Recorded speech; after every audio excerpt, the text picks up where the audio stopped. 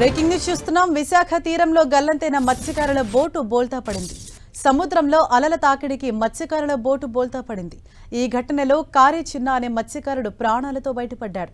దీంతో వెంటనే అతన్ని మరో బోటులో తరలించి చికిత్స అందిస్తున్నారు. మరో 6 కోసం గాలింపు చర్యలు కొనసాగుతున్నాయి. అటు మత్స్యకారు కుటుంబ సభ్యులు ఆందోళనలో ఉన్నారు.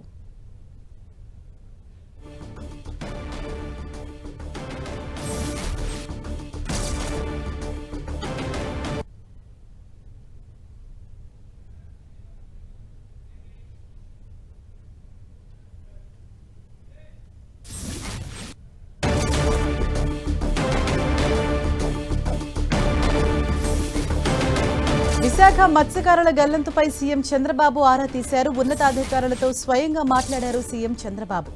జాలరులను రక్షించేందుకు చర్యలు తీసుకోవాలని ఆదేశించారు. కోస్ట్ గార్డ్ నౌకలతో గాలింపు చర్యలు ముమ్మరం చేయాలని అధికారులను ఆదేశించారు. ఇప్పటికే రెస్క్యూ ఆపరేషన్ విస్తృతం చేసినట్లు సీఎం చంద్రబాబుకు తెలిపారు అధికారులు.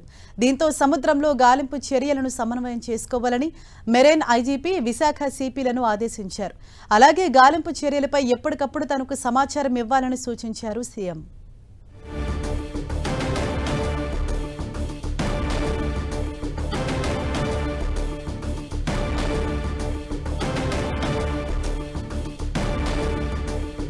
మరింత సమాచారం మా ప్రతినిధి జార్జ్ మనకు అందిస్తారు. జార్జ్, ఎప్పుడు గల్లంతైంది ఈ పడవ? అలాగే ఆ బోటులో ఎంతమంది జాలర్లు ఉన్నారు? ఎటువంటి సహాయక చర్యలు కొనసాగుతున్నాయి?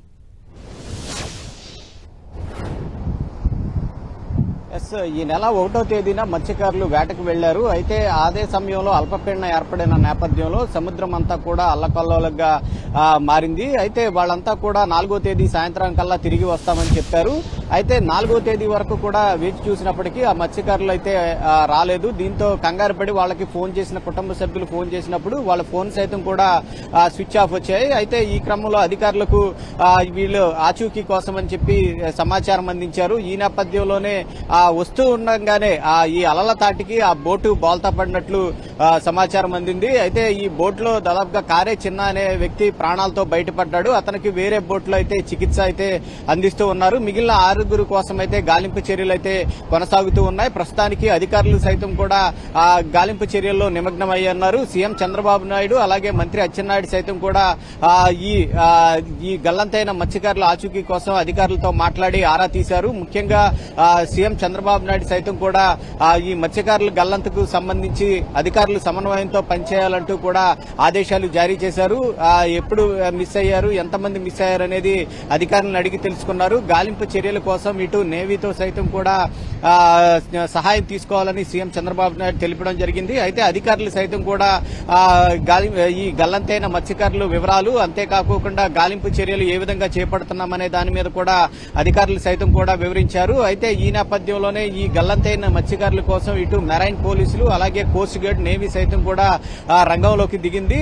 అయితే వీళ్ళందరూ కూడా సమన్వయం చేసుకోవాలంటూ కూడా ఇటు కోస్ట్ గార్డ్ ఐజీతో పాటు ఇటు విశాఖ సిపికి సైతం కూడా సీఎం చంద్రబాబు నాయుడు సైతం కూడా ఆదేశాలు జారీ చేశారు. ఎప్పటికప్పుడు తనకు సమాచారం అందించాలంటూ కూడా ఆయన తెలపడం జరిగింది. అయితే ప్రస్తుతం ఈ గల్లంతైన మత్స్యకారుల కోసం అయితే గాలింపు అనేది కొనసాగుతుంది. అలల తాటికి ఈ బోల్ట్ ఒక్కసారిగా బోల్తా పడినట్లు సమాచారం అందుతుంది. ఎందుకంటే అలల ఉధృతి చూసుకోవచ్చు. అల్పపీడన కారణంగా చూసుకున్నట్లయితే కనుక అలల ఉధృతి కూడా చాలా ఎక్కువగా ఉన్న నేపథ్యంలో ఈ బోల్తా పడినట్లయితే ప్రస్తుతం సమాచారం అందుతోంది. జార్జ్, ప్రస్తుతం సముద్రంలో అలల ఉధృతి అనేది చాలా ఎక్కువగా కనిపిస్తోంది. అంటే సహాయక చర్యలు చేసేందుకు అక్కడ ప్రెజెంట్ సముద్రంలో ఎటువంటి సిచ్యుయేషన్స్ కనిపిస్తున్నాయి? ఏమంటున్నారు మెరైన్ అధికారులు?